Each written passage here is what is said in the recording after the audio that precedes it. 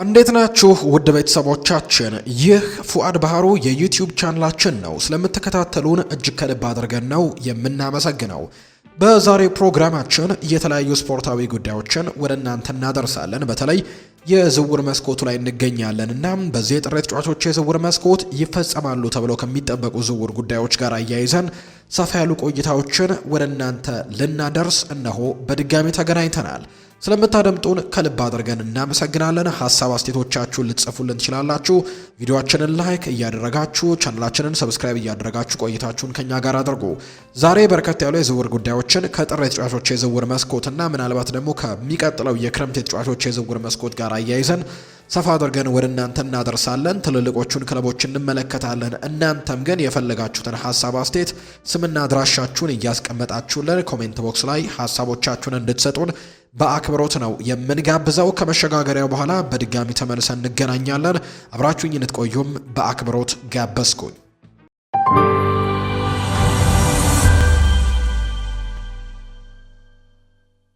ሊቨርፑል የሁለት ጊዜ የቻምፒየንስ ሊግ አሸናፊውን ሁኔታ በቅርበት እየተከታተለው ነው። ሊቨርፑል የቀድሞ ተጫዋቹ ሻቪ አሎንዞን ከሪያል ማድሪድ አሰልጣኝነቱ መባረሩን ተከትሎ ሁኔታውን በቅርበት እየተከታተለ እንደሆነም ተነግሯል። ስፔናዊው ታክቲሽያን በባየር ሌቨርኩዘን አስደናቂ ስራን ሰርቶ ቢቆይም ባለፈው ክረምት ግን በሳንቲያጎ ቤርናቢው ስልጣንን ከያዘ በኋላ የሚጠበቀውን ውጤት ማምጣት ሳይችል ቀርቶ ተሰናብቷል። በአንጻሩ በአንፊልድ በኩል አሰልጣኝ አርኔ ስሎት እንደ መጀመሪያው የውድድር ዘመን ስኬታማ መሆን ባለመቻላቸው ጫና ውስጥ መውደቃቸው ነው እየተነገረ የሚገኘው። እንደ ፌጂያስ ዘገባ ከሆነ ይህ ሁኔታ ሻቪ አሎንዞ ወደ ሊቨርፑል እንደ አሰልጣኝ የመመለስ እድሉን በየቀኑ እየጨመረው ይገኛል። ሊቨርፑል ሻቪ አሎንዞን አይን ውስጥ ቢያስገባም ከማንቸስተር ሲቲ እና ከባየር ሚኒክም ጠንካራ ፉክክር ሊገጥመው እንደሚችል ነው የሚነገረው። የ44 ዓመቱ ሻቪ አሎንዞ በባየር ሌቨርኩዘን ቆይታው ክለቡን ለታሪካዊ የመጀመሪያ የጀርመን ቡንደስሊጋ ዋንጫን ያበቃ ሲሆን በ2023/24 የውድድር ዘመን የዩሮፓ ሊግም ፍጻሜ ላይ መድረስ ችሏል። እንደ ተጫዋችነቱም በሊቨርፑልና በሪያል ማድሪድ የቻምፒየንስ ሊግ ዋንጫን ያነሳ እንዲሁም በባየር ሚኒክ ደግሞ በርካታ ክብሮችን የተቀናጀ እጅግ የተከበረ እግር ኳስ ተጫዋች እንደነበር የምናስታውሰው ነው። ከአርኔ ስሎት ጋር ለመለየት ከወሰኑ ሻቪ አሎንዞ በሊቨርፑል ደጋፊዎች ዘንድም ተመራጭ ምርጫ እንደሚሆን በርካቶች ይናገራሉ። ምንም እንኳን በዚህ የውድድር ዘመን ቡድኑ መቸገሩ ባይካድም አርኔ ስሎት በመጀመሪያው የውድድር ዘመን የፕሪሚየር ሊግ ዋንጫን ማሸነፋቸው ተጨማሪ ጊዜ እንዲሰጣቸው ሊያደርግ ይችላል ተብሎ ነው የሚታመነው። በተጨማሪም ሊቨርፑል ካደረጋቸው ባለፉት 11 ጨዋታዎች ሽንፈት ባለማስተናገድም አሁን ካለበት ቀውስም መውጣት የጀመረ ይመስላል። ሻቪ አሎንዞ የተሻለ አማራጭ ሊሆን ቢችልም በሪያል ማድሪድ ቆይታው እንዳሳየው ግን በእርግጠኝነት ስራ ምንም አይነት ዋስትና እንደሌለው ጭምር ነው የተነገረው። በኒውካስል ዩናይትድ የኤዲ ሃው የወደፊት ቆይታ ከፍተኛ ጥያቄ ውስጥ እየወደቀ ይገኛል። በክረምቱ ወቅት በሚደረገው አጠቃላይ የክለቡ ስትራቴጂካዊ ግምገማ ወቅትም የአሰልጣኙ ቦታ ችግር ላይ ሊወድቅ እንደሚችል ታማኝ ምንጮች እየዘገቡ ነው። በሳዑዲ አረቢያ የሚመራው ይኸው ክለብ ኤዲ ሃው ኒውካስል ዩናይትድን ወደ ቀጣዩ የእድገት ምዕራፍ ለማሸጋገር ትክክለኛው ሰው መሆን አለመሆኑን ጨምሮ ሁሉንም የእግር ኳስ ስራዎችን መርምሮም ለመገምገም እቅድ እንዳላቸው ነው የተነገረው። በቅርቡ በኢኤፍኤል ካፕም ከግማሽ ፍጻሜ የመጀመሪያው ጨዋታ በፔፕ ጓርዲዮላ ማንቸስተር ሲቲ መሸነፋቸው በኤዲ ሃው ላይ ያለውን ጫና አባብሶታል። ትላንትናም ከወልቭስ ጋር አቻ ተለያይተዋል። ምንም እንኳን ቡድኑ በጉዳት ቢታመስም የክለቡ ከፍተኛ አመራሮች አሰልጣኙ ካለው ስብስብ የተሻለ ውጤት ማምጣት ይችል ነበር ብለው ያምናሉ። ኤዲ ሃው ከጥቂት ወራት በፊት ሊቨርፑልን በመርታትም ክለቡ ለብዙ አስርት ዓመታት የናፈቀውን የኤፍኤል ካፕን ወይም የካራባው ካፕ ዋንጫን ማሳካቱ የሚታወስ ነው። ይህ ስኬት በደጋፊዎች ዘንድም ተወዳጅ ቢያደርገውም በሴንት ጄምስስ ፓርክ ያለው የሚጠበቀው ውጤት ግን በከፍተኛ ፍጥነት እየጨመረ ነው የመጣው። ኒውካስል በአሁኑ ወቅት በፕሪሚየር ሊጉ ጥሩ የሚባል ደረጃ ላይ ባይሆንም ሆኖም ግን የሳዑዲው የህዝብ ኢንቨስትመንት ፈንድ ግን ዓላማ ተፎካካሪ ቡድን መሆን ብቻ ሳይሆን ክለቡን ከአውሮፓ ቁንጮች አንዱ አድርጎ ማስቀመጥ ነው። ቦርዱ ቡድኑን ግልጽ የሆነ ታክቲክ መለያ፣ ወጥ የሆነ አቋምና ለቻምፒየንስ ሊግ ማጣሪያ ጠንካራ ግፊትን እንዲያደርግ ነው የሚፈልገው። ባለስልጣናቱ ፕሮጀክቱን ወደ ላቀ ደረጃ ለማድረስም አሰልጣኝ ለውጥ አስፈላጊ ነው ብለው ካመኑ ደፋር ውሳኔዎችን ለማሳለፍም ዝግጁ መሆናቸውን የተሰማው ኤዲ ሃው ክለቡን ካረጋጋበትና ወደ አውሮፓ መድረክም ከመለሰበት ጊዜ ጀምሮ በከፍተኛ ክብር ያለው ቢሆንም የክለቡ ባለቤቶች ግን ኤዲ ሃው ኒውካስልን ወደ አውሮፓ ኃያልነት ሊቀይር የሚችል አሰልጣኝ አድርገው እንደማያስቡት ነው መረጃዎች እየወጡ የሚገኙት። አርሰናል ሁለገብ ተከላካዩ ቤን ዋይትን በ20 እና 25 ሚሊዮን ፓውንድ ሂሳብ ለመልቀቅ ፍላጎት እንዳለው ይነገራል።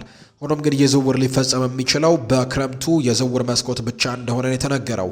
ኤቨርተን ተጫዋቹን ለማስፈረም ፍላጎት እንዳለው ቢነገርም አርሰናል ግን በያዝነው የጥር ወር ቤን ዋይትን የመሸጥ ምንም አይነት እቅድ የላቸውም። በመሀል ተከላካይነትና በቀኝ መስመር ተከላካይነትም በከፍተኛ ብቃት መጫወት የሚችለው የ28 ዓመቱ ቤን ዋይት ለረጅም ጊዜ የአርሰናል ወሳኝ ተጫዋች ነበር። ሆኖም ግን አሁን ላይ በደረጃ ሰንጠረዡ ከዩሪያን ቲምበር ቀጥሎ ነው ሁለተኛ ምርጫ የሆነው። አሰልጣኝ ሚኬል አርቴታ ተጫዋቹን በጊዜው እንደ ጥሩ ተቀያሪ ተጫዋች አድርገው በቡድን ውስጥ ማቆየት ቢፈልጉም ተጫዋቹ ግን መደበኛ የመሰለፍ ዕድልን ለማግኘት ስለሚፈልግ ቤን ዋይት ባለፈው የውድድር ዘመን በጉዳት ሲሰቃይ የቆየ ሲሆን በዚህ የውድድር ዘመንም እስካሁን በሁሉም ውድድሮች በቋሚነት የጀመረው በ9 ያክል ጨዋታዎች ብቻ ነው።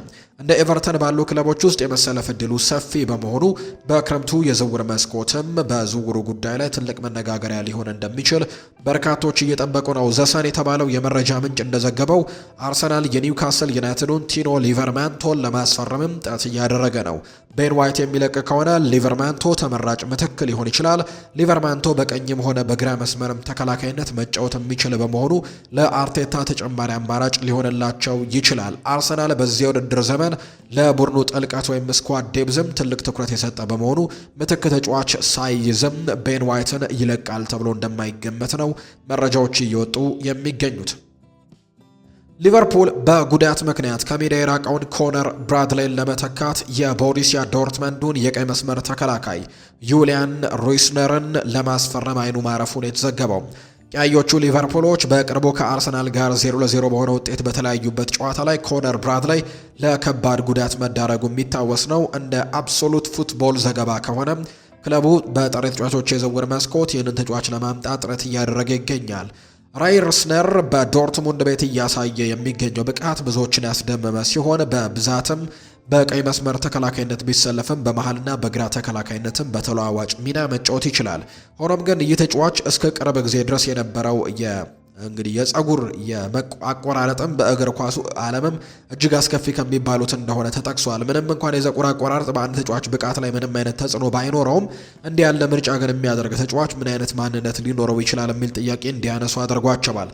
ሊቨርፑል ለቀይ መስመር ተከላካይ ቦታ ተለዋዋጭ ተጫዋች ይፈልጋል።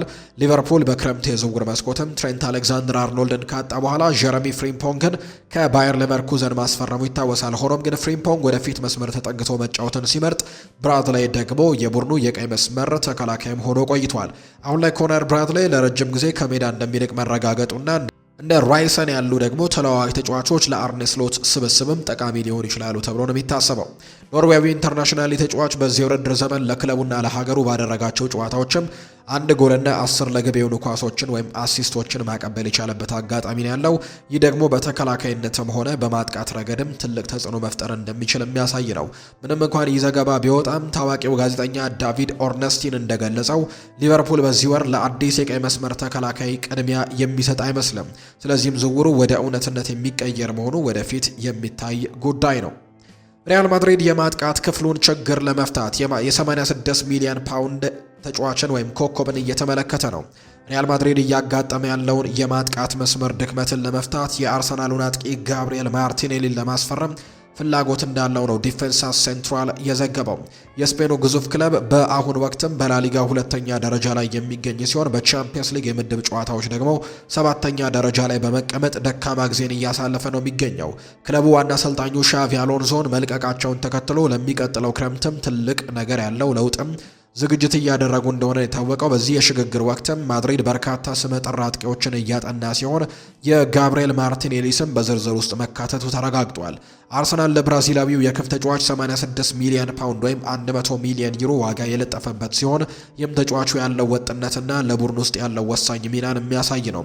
ማርቲኔሊ እንደ አውሮፓውያኑ አቆጣጠር በ2019 ከኢትዋኖ አርሰናል ከተቀላቀለ በኋላ በሚኬል አርቴታ ስር ካሉ ተሰጥኦ ካላቸው ተጫዋቾች መካከል አንዱ ለመሆን በቅቷል። በግብ ረዳትነት ወይም አሲስት በማድረግ በተጫዋቾች ላይ የሚያደርገው ጫናና ያለ ኳስ በሚያሳየው ተጋድሎ በቋሚነት ለቡድኑ አስተዋጽኦ ሊያበረክት ችሏል። ሆኖም ግን በ2025-26 የውድድር ዘመን በሊያንድሮ ትሮሳርድ ጥሩ ብቃት ምክንያት አርቴታ ተጫዋቹን በየተራ ማሰለፍ ወይም ሮቴሽንን ዝንባሌ በማሳየቱ ማርቲኔሊ ላይ መጠነኛ ወጥ ያልሆነ ብቃት ታይቶበታል። ቢሆንም ግን አሁንም በአርሰናል ቤት ትልቅ ዋጋ የሚሰጠውና ለክለቡም ደግሞ እንዲለቅ የማይፈለግ አይነት ተጫዋች ነው።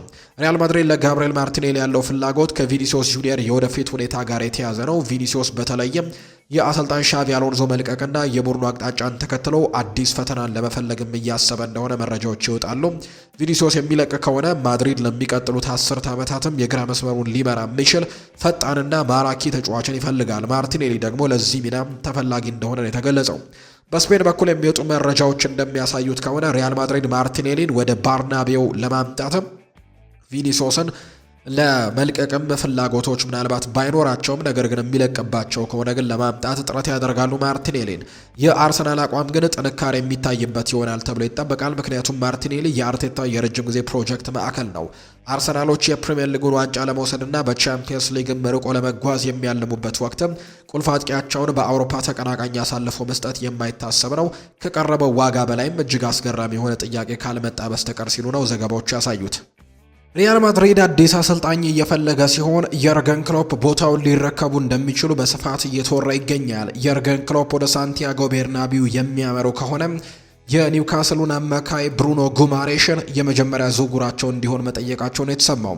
የቀድሞ የሊቨርፑል አሰልጣኝ በአሁኑ ወቅት በሬድቡል ግሩፕ ውስጥም የስራ አስፈጻሚነት ሚና ቢኖራቸው የሪያል ማድሪድ አሰልጣኝነት ቦታ ክፍት መሆኑን ተከትሎ ወደ ልምምድ ሜዳ ሊመለሱ እንደሚችሉ ፍንጮች አሉ። ሪያል ማድሪድ ሻቪ አሎንዞን ከአሰልጣኝነቱ ማሰናበቱን ተከትሎ የርገን ክሎፕ ከክለቡ ጋር ንግግር መጀመራቸውን የተዘገበው። እንደ ስፔን ጋዜጦች ዘገባ ከሆነ የርገን ክሎፕ ብሩኖ ጉማሬሽን ማስፈረም ብቻ ሳይሆን በክለቡ የፊት መስመር ላይም ለውጦችን ለማድረግ አልመዋል ነው የተባለው። የርገን ክሎፕ የማድሪድን አማካይ ክፍል በብሩኖ ጉማሬሽ ለማጠናከር ካላቸው ፍላጎት በተጨማሪ ለፊት መስመሩ የኒኮ ዊሊያምስን ዝውውር ይፈልጋሉ። ይህ እቅድ የመጣው ብራዚላዊ ኮከብ ቪኒሲዮስ ጁኒየር በማድሪድ ያለው የወደፊት ቆይታ አጠራጣሪ በሆነበትና ተጫዋቹ ተስፋ አስቆራጭ የውድድር ዘመንን እያሳለፈ በሚገኝበት ወቅት ነው። ሪያል ማድሪድ ከቪኒሲዮስ ጋር ለመለየት የሚወስን ከሆነ በሱ ምትክ እንደ ኒኮ ዊሊያምስ አሉ ዓለም አቀፍ ደረጃ ያላቸው የክንፍ መስመር ተጫዋቾችን ማስፈረም ግዴታ ይሆንባቸዋል። ኒውካስል ባለፈው ክረምት አሌክዛንደር ኢሳክን ለሊቨርፑል በመሸጡ ትልቅ ጉዳት ደርሶበታል። በመሆኑም ሌላ ትልቅ ኮከብ ተጫዋች አሳልፎ ለመስጠት ፍላጎት የለውም። ሆኖም ግን ብሩኖ ጉማሬሽ ያለው ድንቅ ብቃት የርገን ክሎፕ ለምን እንደማረከም መረዳት አይከብድም። ሪያል ማድሪድ ቀደም ሲል ለሻቪ አሎንዞ ማርቲን ዙቤሜንዲን ለማስፈረም ጥረት ቢያደርግም ሳይሳካለት ግን ቀርቷል። ስለዚህም ብሩኖ ጉማሬሽ ለአማካይ ክፍሉ ተመራጭ አማራጭም ይሆናል ተብሎ ነው የሚታሰበው። የዌስትሃም ዩናይትድ ቦርድ ቃል አቀባይ ሉካስ ፓኬታ የክለቡ ልምምድ ለማድረግም ሆነ ለመጫወት ፍቃደኛ ካልሆነ ከፍተኛ የገንዘብ ቅጣት እንደሚጠብቀው ነው የተናገሩት። በአሁኑ ወቅት ብራዚላዊው አማካይ በዚህ የጥር ተጫዋቾች የዝውውር መስኮት የለንደን ስቴዲየምን ለቆ ሊወጣ ይችላል የሚል ከፍተኛ ጥርጣሬ በመኖሩ በክለቡ ያለው ቆይታም አሳሳቢ ደረጃ ላይ ደርሷል። ለዌስትሃም ዩናይትድ አስቸጋሪ የውድድር ዘመን እየሆነ በመሆኑ እንደ ሉካስ ፓኬታ ያሉ ቁልፍ ተጫዋቾችን ማጣት የሚፈልግ ባይሆንም አንዳንድ ደጋፊዎች ግን ተጫዋቹን ለተወሰነ ጊዜ ካሳየው ደካማ ብቃት አንጻር መሸጡን ሊደግፉት ይችላሉ። ጋዜጠኛ ሬናን ሞራን እንደተናገረው ከሆነ ሉካስ ፓኬታ ወደ ቀድሞ ክለቡ ፍላሚንጎ የመመለስ አዝማሚያን እያሳየ ሲሆን በተጨማሪም ሳይታሰብ ወደ ቼልሲ ሊያመራ የሚችልበት እድልም እንዳለን የጠቆመው። ፓኬታ ከክለቡ ለመልቀቅ እስከ ምን ድረስም ሊገፋ እንደሚችል ባይታወቅም ክለቡ ግን ለመጫወት ፍቃደኛ ላይሆን ይችላል በሚል ወሬዎችን ምላሽ ሰጥቷል። ለሃመርስ ኒውስ አስቴቱን የሰጠው የክለቡ ከፍተኛ ቃል አቀባይ ሲናገርም እስካሁን ድረስ ለመጫወት አሻፈረኝ ማለቱን አናውቅም፣ ነገር ግን ልምምድ ለመስራትም ሆነ ለመጫወት ፍቃደኛ ካልሆነ ግን ይቀጣል። የማስጠንቀቂያ ፓኬታ ጉዳዩን በቁም ነገር እንዲመለከተው የሚያደርግ ከሆነ ካልሆነ ግን ከባድ ቅጣት እንደሚጠብቀው ነው የተነገረው። የጥር ወር የዝውውር ወሬዎች እየተጋጋሉ ከመሆናቸው አንጻር የ28 ዓመቱ ተጫዋች በለንደን ስቴዲየም የመጨረሻ ቀናቱን እያሳለፈ እንደሆነ ይገመታል። ዌስትሃም ከወራጅ ቀጠናው ለመውጣት በከባድ ትግል ላይ የሚገኝ በመሆኑ ቡድኑን ለማደስ አዳዲስ ተጫዋቾችን ማስገባትና አንዳንዶችን መሸኘትም እንደ ብልህ የንግድ ውሳኔም ሊታይ ይችላል የተባለው የብራዚሉ ክለብ ፍላሚንጎ ለተጫዋቹ እስከ 40 ሚሊዮን ዩሮ ለማቅረብም መዘጋጀቱን የተሰማው ዌስትሃም ዩናይትድ ተጫዋቹን ለመሸጥ ቢስማማም እስከ ውድድር ዘመኑ መጨረሻ ድረስም በውሰት በክለቡ እንዲቆይም ይፈልጋል የተባለው አዲሱ የቼልሲ አሰልጣኝ ሊያም ሮዝኒየር ተጫዋቹን ወደ ስታንፈርድ ብሪጅ ለማምጣትም ፍላጎት እንዳላቸው እየተገለጸ ይገኛል። እንደ ቢቢሲ ስፖርት ዘገባ ከሆነ ኖቲንግሃም ፎረስት አሌክዛንደር ዚንቼንኮን የውሰት ውል በውድድር ዘመኑ አጋማሽ ላይ ለመቋረጥ በቁም ነገር አስቦ ተጫዋቹም ወደ ሆላንዱ ክለብ አያክስ አምስተርዳም ማምራቱ ነው ይፋ የተደረገው። እንግዲህ የተለያዩ ስሞችም ሲነሱ ነበር። ዩክሬናዊው ተጫዋች ብዙ የመጫወቻ ደቂቃዎችን ፍለጋ ወደ ሲቲ ግራውንድ ቢያመራም የሚጠበቀውን ያክል ግን ተጽዕኖ መፍጠር ባለመቻሉ ውሉን እንግዲህ ቀድሞ ማቋረጡ ነው የተነገረው። ዚንቼንኮ ቀደም ሲል በፔፕ ጓርዲዮላ ማንቸስተር ሲቲ እና በሚኬል አርቴታው አርሰናል ውስጥም ቁልፍ ተጫዋች የነበረ ቢሆንም ባለፈው አንድ ዓመት ውስጥ ግን ብቃቱና በቡድን ውስጥ ያለው ተጽዕኖ በከፍተኛ ሁኔታ ቀንሷል። ኖቲንግሃም ፎረስት ተጫዋቹን ያስፈረመው በግራ ተከላካይነት፣ በገቢ ተከላካይነት ወይም ኢንቨርትድ ፉልባክ ወይም በመሃል ሜዳ ላይ ሊሰጠው የሚችለውን ሁለገብ አገልግሎት ታሳቢ በማድረግ ነበር። ሆኖም ዝውውሩ የሚፈለገውን ውጤት አላመጣላቸውም። ዚንቼንኮ በዚህ የውድድር ዘመን በፕሪሚየር ሊግ እስካሁን መጫወት የቻለው 354 ደቂቃዎችን ብቻ ሲሆን ቋሚ መሰለፍ እድልንም አላገኘም። ኖቲንግሃም ፎረስት ከወራጅ ቀጠናው ለመውጣት በሚያደርገው ትግልም አሰልጣኝ ሾን ዳይች ቡድኑን እንደገና ለማዋቀር እያሰቡ ሲሆን ዚንቼንኮንም ወደ አያክስ አምስተርዳም ሸኝተውታል። ኖቲንግሃም ፎረስት የውሰት ውሉን ለማቋረጥ ቢወስንም እንኳን ወደ አርሰናል አልተመለሰም። አርሰናሎች ለውድድር ዘመን ሁለተኛው አጋማሽ ያስመዘገቡት የቡድን ስብስብ ውስጥ እንግዲህ ባለመሆኑ ዚንቼንኮን ወደ አያክስም ለመሸኘት እንደተገደዱ የሚያሳዩ መረጃዎች ናቸው የመጡት። እንደ ፉት መርካቶ ዘገባ ከሆነ ቼልሲ የፌኖርዱን የክንፍ መስመር ተጫዋች አኒስ ሀጅ ሙሳን ለማስፈረምም የመጀመሪያ ግንኙነቱን አድርጓል። የለንደኑ ክለብ በ23 ዓመቱ ተጫዋች ላይ ፈጣን እድገት እንዲሁም በሆላንድ ሊግም ኤርዲቪዜ እና በቅርቡ በአልጄሪያ ብሔራዊ ቡድን እያሳየ ባለው ብቃትም በመሳቡ ከተጫዋች ወኪሎች ጋር ንግግር ለመጀመር ጊዜ አልፈጀም። የሀጅ ሙሳ በ2025 የአፍሪካ ዋንጫ ላይ ባሳየው ብቃትም ዝናው በከፍተኛ ሁኔታ ጨምሯል። ተጫዋቹ ያለው ፍጥነት፣ ክህሎትና የፈጠራ ችሎታ በውድድሩ ላይ በስፋት ከሚነገሩላቸው ተስፋ ሰጪ ተጫዋቾችም አንደኛው እንዲሆን አድርጎታል። በርካታ የአውሮፓ ክለቦች በውድድሩ ወቅትም ስካውቶችን በመላክም ሲከታተሉት የነበረ ቢሆንም ቼልሲ ግን በፍጥነት በመንቀሳቀስ ከተጫዋቹ ወኪል ጋር ይፋዊ ስብሰባ በማድረግ ፍላጎቱን ገልጿል። አጥቂው በዚህ የውድድር ዘመን ለፌኖርድ 10 ግቦች ላይ ቀጥተኛ ተሳትፎን አድርጓል። 7 ጎል በማስቆጠርና 3 አሲስቶችን በማድረግ ቼልሲዎች ስለ ተጫዋቹ የዝውውር ዋጋ፣ ስለ ኮንትራቱ ሁኔታና በአሰልጣኝ ሊያም ሮስኒየር ስለሚችለው ሚናም መረጃዎችን እያሰባሰቡ ነው። ሌሎች የአውሮፓ ግዙፎችም አልጄሪያዊውን ኮከብ እየተከታተሉ ነው። ቼልሲ ተጫዋቹን በመፈለግ ረገድ ብቸኛው ክለብ አይደለም። ከእንግሊዝ ፕሪምየር ሊግ፣ ከፍሬንች ሊግ ዋን እና ከጣሊያን ሴሪኤ በርካታ ክለቦችም ይህንን ተጫዋች በቅርበት እየተከታተሉት ይገኛሉ። ፌኖርድም ለኮከብ ተጫዋቹ በርካታ የዝውውር ጥያቄዎች እንደሚቀርቡለትም እየጠበቀ ነው። ቼልሲ በአጥቂ መስመሩ ላይ በርካታ ተጫዋቾች ቢኖሩትም አሁንም በግራ መስመር ላይ የፈጠራ ችሎታ ያለውና ግብ የሚያስቆጥር ተጫዋች ይፈልጋሉ።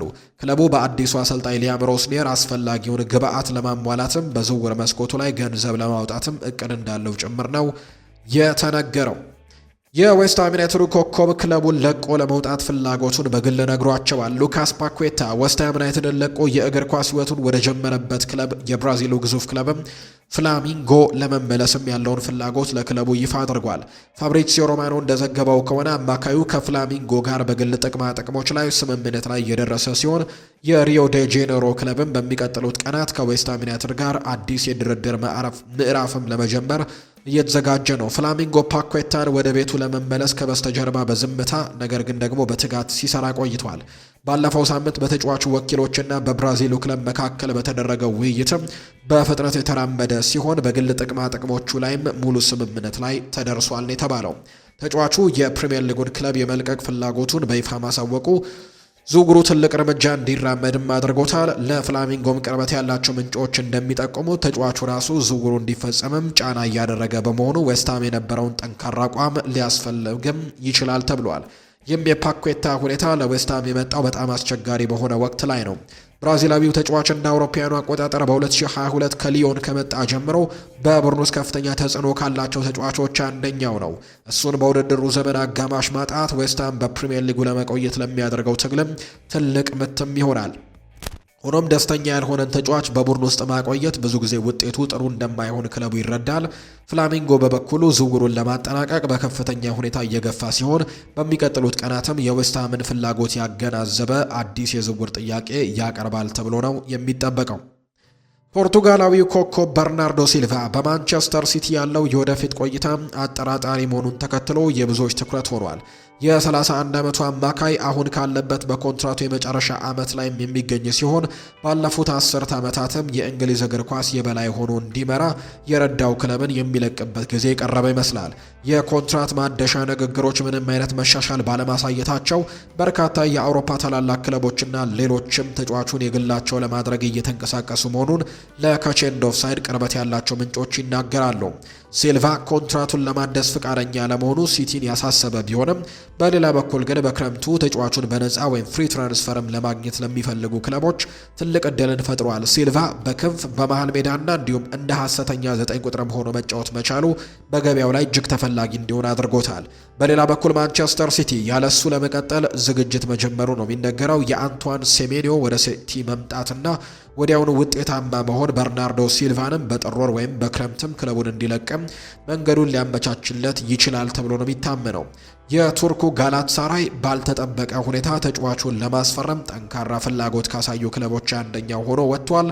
ክለቡ ከተጫዋቹ ወኪል ጆርግ መንደስ ጋርም ንግግር የጀመረ ሲሆን በጋላታሳራይ የሚጫወተው የቀድሞ የሲቲ የቡድን አጋሩ ኤልካይ ጉንዶዋን ተጫዋቹን ለማሳመን ይረዳል የሚል እምነት እንዳላቸው ነው የሚነገረው። የሳዑዲ አረቢያ ክለቦችም ተጫዋቹን ለማስፈረም ከፍተኛ ዝግጅት እያደረጉ ሲሆን በአሁኑ ወቅትም ከሚያገኘው ደሞዝም እጥፍ የሚበልጥ ክፍያ ለማቅረብም ተዘጋጅተዋል። በጣሊያን በኩል ደግሞ ዩቬንቱስና ናፖሊ ተጫዋቹን ለማስፈረም ከፍተኛ ጉጉት አላቸው። በተለይም ዩቬንቱስ ተጫዋቹን በነፃ እስኪለቅም ከመጠበቅ ይልቅ በጥር ወር አነስተኛ የዝውውር ሂሳብ ከፍሎ ለማስፈረም ጥረት እያደረገ ይገኛል። ሆኖም የሲቲ የ35 ሚሊዮን ፓውንድ የዝውውር ጥያቄን ለማሟላት እስካሁን የጣሊያን ክለቦች ዝግጁ እንዳልሆኑ ነው የተገለጸው። የወልቭሱ አማካይ ጃኦ ጎሜዝ ከሞሊኒው ሊለቅ እንደሚችልና ወደ ማንቸስተር ዩናይትድ ሊያመራ እንደሚችል የሚነገሩ ወሬዎችን ግልጽ የሆነ ምላሽ ሰጥቷል። ለወልቭስ በዚህ የውድድር ዘመን እጅግ አስቸጋሪ ጊዜን እያሳለፈ እንደሚገኙ ይታወቃል። ቡድኑ በፕሪሚየር ሊግ የደረጃ ሰንጠረዥም ግርጌ ላይ ወይም 20ኛ ደረጃ ላይ የሚገኝ ሲሆን ለቀጣዩ የውድድር ዓመትም ወደ ሻምፒዮንሺፑ ለመውረድም እየተቃረበ ይመስላል። ሆኖም ግን ጎሜስ ቡድን ውስጥ ካሉ ምርጥ ተጫዋቾች አንደኛው ሲሆን አሁን ላይ ትኩረቱ ክለቡን ከወራጅ ቀጠና ለማውጣት መታገል ነው። ማንቸስተር ዩናይትድ ጎሜዝን ዋነኛ የመሃል ሜዳ ኢላማቸው እንዳደረጉትም ጭምር ይነገራል። ብራዚላዊ ተጫዋች ግን በአሁኑ ወቅት በኦልድ ትራፎርድ ሊደረግ የሚችል ዝውውር ለሚወሩ ወሬዎችም ትኩረቱን እየሰጠ እንዳልሆነ አስታውቋል። ጎሜዝ ስለ ወደፊቱ ቆይታው ተጠይቆ ለግሎቦ ስፖርት እንደተናገረው ከሆነ ወልቭስ ከዚህ አስቸጋሪ ሁኔታ ውስጥም ለማውጣት በየቀኑ ጠንክረን እየሰራን እንገኛለን ሲልም ጭምር ነው ሀሳቡን እየሰጠም የሚገኘውና ከዚህ ቦታ ለማውጣትም እንሰራለን ብሏል። የውድድር ዘመኑ በግንቦት ወር ላይ ነው የሚጠናቀቀው። ገና ብዙ የሚቀሩ ጨዋታዎችም አሉ ብሏል። አክሎም ሲናገር ደጋፊዎቻችን በእኛ ማመናቸውን እንዲቀጥሉ እንጠይቃለን። ምክንያቱም ቡድኑ ያለበትን ሁኔታ ለመቀየር ቁርጠኞች ነን። ሁልጊዜም ለእኔ በሚተማመኑና ለወልቭስ እንድጫወት እድል ለሰጡኝ ሁሉ ምስጋና ይድረሳቸው። ከደጋፊዎች የማገኘው ፍቅርም እጅግ አስደናቂ ነው። እኔም ያንን ፍቅር በሜዳ ላይ ባለኝ ብቃትም መመለስና ማሳየትም እፈልጋለሁ ብሏል። ቡድኑን ከወራጅ ቀጠናው እንዲያመልጥም በሜዳ ላይ ሕይወቴንም እሰጣለሁ ብሏል። ጎሜዝ ለወልቭስ ደጋፊዎች ያለው ፍቅርም ቢገልጽም በአጠቃላይ በእንግሊዝ ፕሪሚየር ሊግ ደስተኛ መሆኑን መጥቀሱ ወደፊት ወደ ማንቸስተር ዩናይትድ ሊያደርግ ለሚችለው ዝውውር እንደ ፍንጭ ተወስዷል። ፕሪሚየር ሊግ በዓለም ላይ ካሉ ምርጥ ሊጎች መካከል አንደኛው ነው፣ ትልቁ ነው በማለትም ጨምሮ ይናገራል። ከብዙዎች ብቃት ጀምሮ በስቴዲየም እንደሚታየው ድባብ ድረስም እዚህ ያለው ነገር ሁሉ አስደናቂ ነው ሲልም ጭምር ነው የተናገረው። ውድ ቤተሰቦቻችን ከፉአድ ባህሩ የዩቲዩብ ቻናላችን ለዛሬ ስትከታተሉት የነበረው ፕሮግራማችን ይህንን ይመስል ነበር። ቆይታችሁን በሙሉ ከኛ ጋር ያደረጋችሁ ከልብ ከልብ አድርገን እናመሰግናችኋለን። ፉአድ ባህሩ የዛሬውን ፕሮግራም እየመራው ከእናንተ ጋር ቆይታን አድርጌያለሁ። በቀጣይ ፕሮግራሞቻችን ሌሎች ስፖርታዊ ጉዳዮችን፣ ሌሎች አዳዲስ መረጃዎችን አካተን በድጋሚ ተመልሰን የምንገናኝ ይሆናል። ለዛሬ ግን ስላደመጣችሁኝ፣ ስለተከታተላችሁኝ፣ ቆይታችሁን ከኛ ጋርም ስላደረጋችሁ ከልብ አድርገን እናመሰግናለን። መልካም ጊዜ፣ መልካም ቆይታ እንዲሆንላችሁ ደግሞ በአክብሮት ነው የምመኘው።